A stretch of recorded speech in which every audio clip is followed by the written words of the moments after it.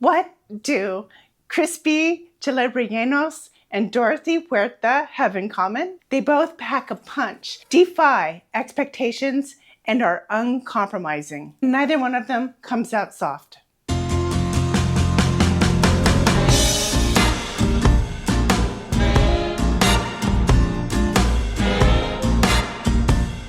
Welcome to Savoring Her Story, where we serve up plant-based dishes and stories of women who stirred the pot. That sounds like your jam. Please don't forget to subscribe and hit that bell button so you'll be notified whenever I upload a new video. Today we are making New Mexican-style chile rellenos that are spicy, crunchy, and unapologetically bold. And we're doing it in honor of the one and only Dolores Huerta. These chile rellenos are fully plant-based and they can be made gluten-free. But don't let that fool you. They are not a side dish. They are the main event. So there are a couple things we need to do to prep before we begin. One of them is we need to make our farro, or if you're going to use sorghum for the gluten-free option, you're going to want to actually soak that sorghum the night before. And at the same time, if you're doing the sorghum, soak your cashews. We have cashews for the cashew cream cheese and some cashews for the smoky tomato spicy crema. I'm actually doubling the crema recipe because I want some for later. It's really delicious with tacos and also with the black beans that I made for this recipe. You can use canned black beans if you want, or you can make them ahead of time like I did. I like making them ahead of time because I can flavor them. Yeah, I just add like some garlic and some onion and cumin and some red chili powder, and it's really good that way. And then I don't really have to add as much seasoning when I put it all together. Also, if you're not using chipotle from the jar, I'm not using the chipotle from the jar because someone forgot to get the chipotle in the jar from this store yesterday. But that's okay because I always keep chilies on hand. And these are Morita chilies, and they're basically chipotle. They're jalapenos that are smoked and dried, and they're really spicy. The recipe I created calls for about 2 Moritas, but I'm actually going to put in 3 because we like it spicy. And I'm just going to soak it. I have some extra water in here. I want this farro to be al dente. I want it to be chewy. Okay, it's perfect. So we're going to drain it.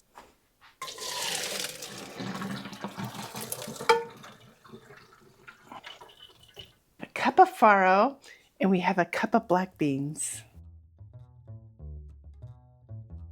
We have our poblanos, which I washed, and now I'm drying them because I want them completely dry before I roast them.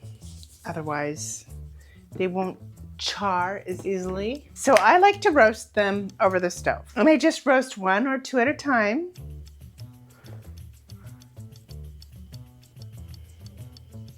We're gonna want them charred and blistered. So we just keep them moving.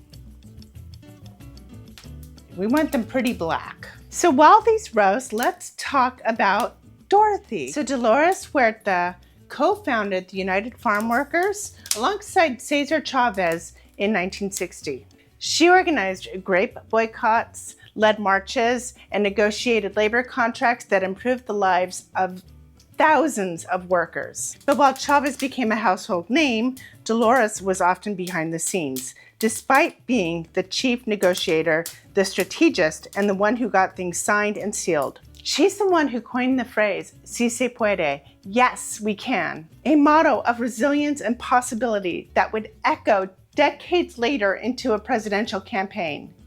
Yes, we can. That good? Yeah, that's good. So you will find the recipe down in the description box below, and it will also include the gluten-free substitutions. Oh, whoa. That's a little bit too much.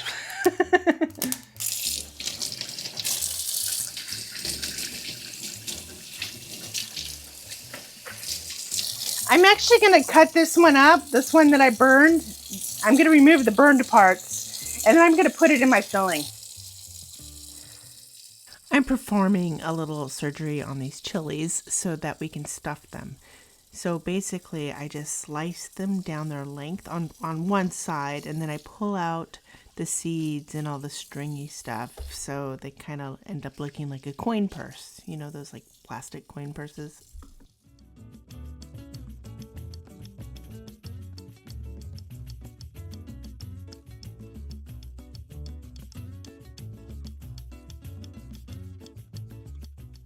When making your cashew cream cheese, you have 3 options. You can use a food processor, you can use a Vitamix if you have enough ingredients to get above the blades, or you can use a immersion blender.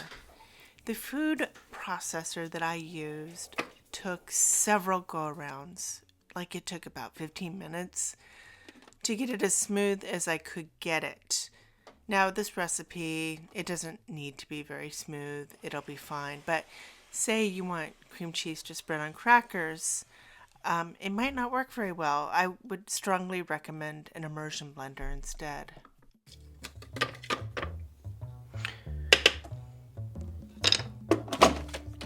Instead of water, you can also use the plant-based yogurt, unflavored, of course.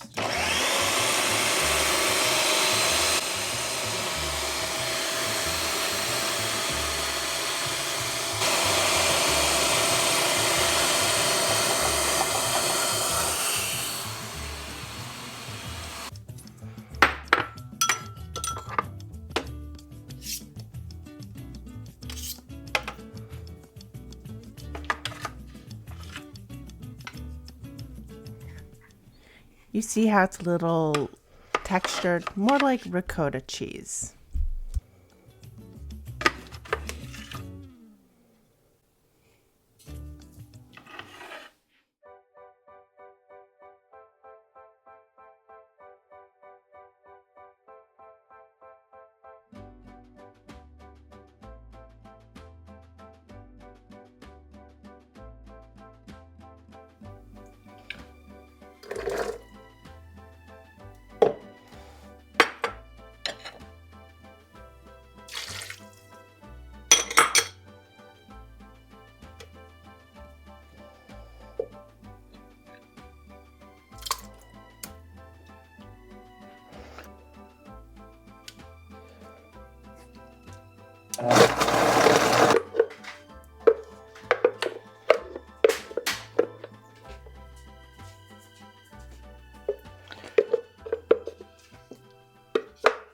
Okay, we need to add some salt to taste.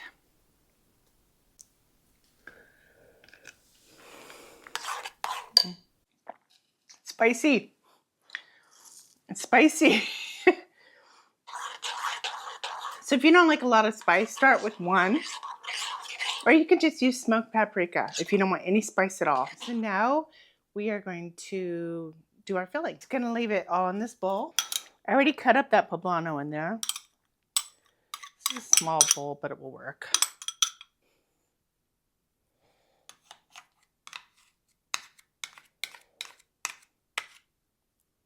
Smoked paprika, chili, and cumin. Nutritional yeast. Minced garlic clove.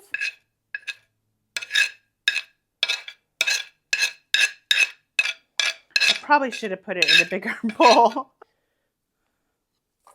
Well, I ended up putting it in the bigger bowl.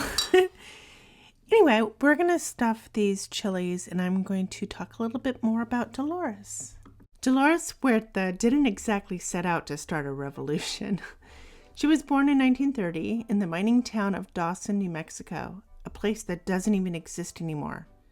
After her parents divorced, her mother moved this family to Stockton, California, right into the heart of the Central Valley, where the fields stretch out endlessly and migrant labor powers the economy. Dolores grew up dancing ballet, playing violin, and earning Girl Scout badges, living what seemed from the outside like a pretty typical middle-class life. Her mother, Alicia, was fiercely independent and kind.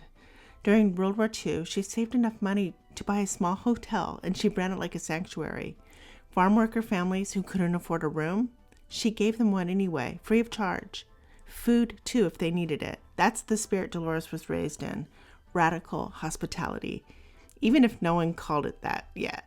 Dolores became a school teacher, hoping to do some good, but it didn't take long before she realized something wasn't adding up. Her students, bright kids, full of potential, were showing up to class barefoot and hungry. Some couldn't focus because they hadn't eaten since the day before. She started asking questions. What she discovered broke her heart. These kids were living in packing crates and shacks with dirt floors.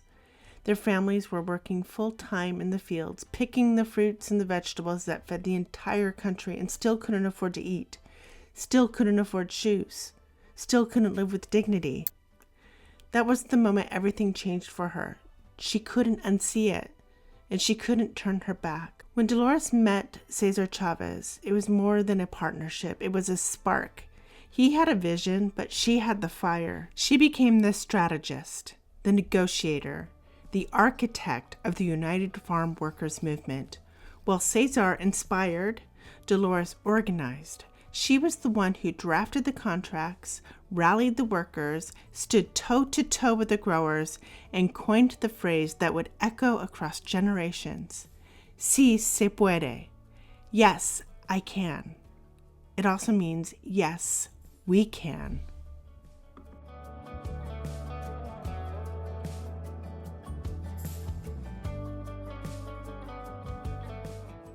Dolores Huerta wasn't just part of the farm worker movement, she built it.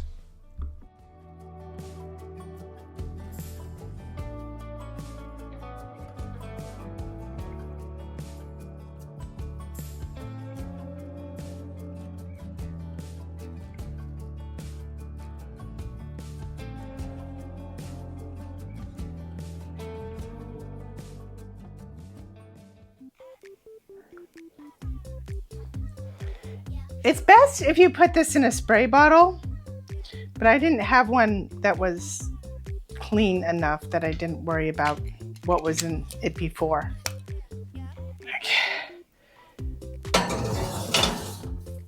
Okay.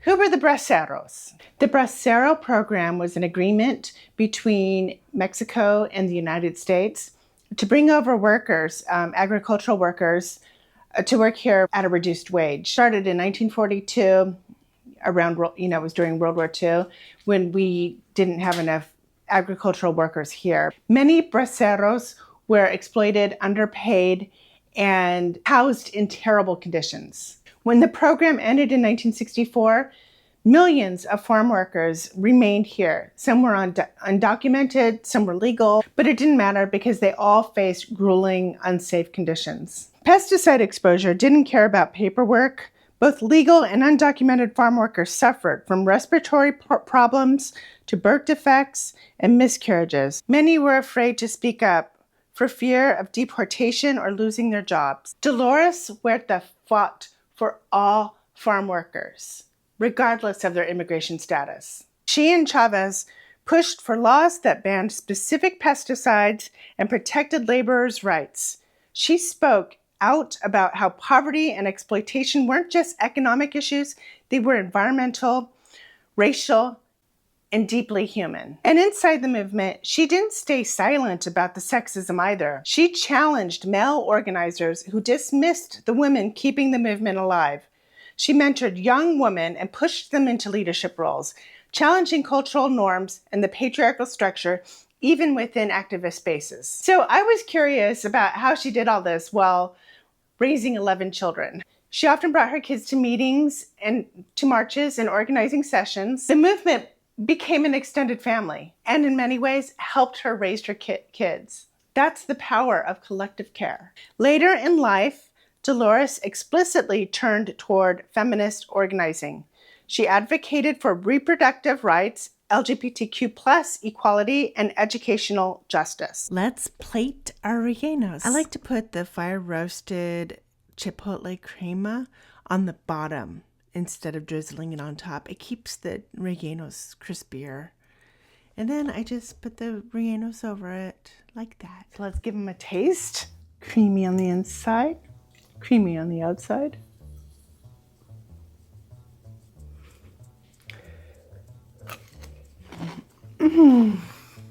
Oh my Lord. Wow. These are so good. Oh my Lord. Oh my God.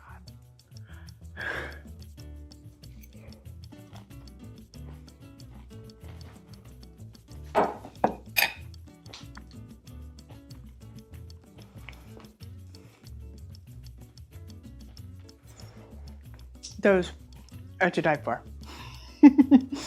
There's just, it's spicy because I put that extra morita in it. Crunchy and creamy. It is so good. Dolores Huerta tells us that change is possible when we face injustice head on, stand together, and keep showing up. Thank you so much for savoring her story with me today. If you loved this episode, don't forget to hit that like button. It helps so much. See you next time.